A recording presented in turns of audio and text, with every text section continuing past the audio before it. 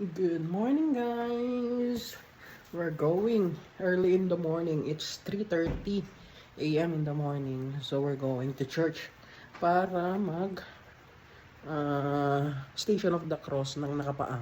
So it's my first time doing this. Pero sila Marks, every year na nila itong ginagawa. Ako lang yung first timer. So tatry natin ngayon kung kaya natin yung ginagawa nila yearly. So let's go. Samahan nyo ako mag-Station of the Cross ng nakapaa. Narating na kami, guys. Ayun na yung sa likod ko. Then nakabili na kami ng candle. Naggaganto pa ako kasi maaga pa, mahamog pa. Mamaya tatanggalin ko rin yan. And after nga namin makabili ng kandila, guys, pambungad na dasal, then mag-start na ang Station of the Cross. Kaya ito, palabas na kami ng simbahan. Ayan, mga nakapaa na kami. Meron kayong makikita dyan ng mga nakachinelas. By choice yan. Especially yung mga senior, hindi na sila pwede magpaa kasi baka makatapak sila ng kung ano or what. Pero mostly ng mga kabataan, mga nakapaa pa.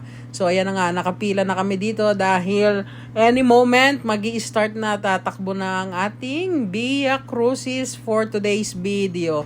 Ngayong taon ko lang ito na try, guys. Ngayong taon lang ako naka-experience ng ganito kasi hindi namulat yung family namin sa mga ganito eh. Sila Marks lang and her family lang yung nagpapamulat sa akin ng mga ganitong experiences.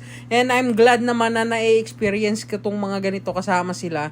Pero don't get me wrong ha, guys, disclaimer lang, yung family ko naman, nag-aano naman kami ng Holy Week, nagse-celebrate kami ng Holy Week, nagre-respect kami ng Holy Week, Palm Sunday kami, nagpapalaspas kami, pero hindi na kami uma-attend ng mga ganito talaga, kagaya nung Kalamarks na talagang devoted sila fully sa Holy Week. Sa mga curious dyan or sa mga magtatanong kung masakit ba sa paa maglakad ng walang tsinelas kahit sementado naman yung daanin, mga naka-espalto naman, I must say, oo, masakit sa paa pa rin kahit papano, lalo na pagkagaya kita na hindi ka naman sanay maglakad ng wala talagang sapin sa paa, talagang maninibago ka and talagang masasaktan ka. Pero I'm proud na nakaya naman natin kahit paano natapos natin yung Station of the Cross nang hindi tayo nagchinelas or hindi tayo nagsuot ng kahit anong pang-protection sa paa. So, kudos to ourselves for that. And ayan yung aso na yan, guys, hanggang matapos talaga kami, sumama talaga siya sa amin. Hindi talaga siya umalis. Habang nakahinto rin siya, nagkakamot. Pag tumakbo ulit, aalis din ulit siya, maglalakad din ulit siya. And eto nga, ayan paubos na yung mga kandila namin. Yung pinakamalaking kandila yung binili namin, pero paubos na siya. And naabutan na nga tayo ng umaga, guys.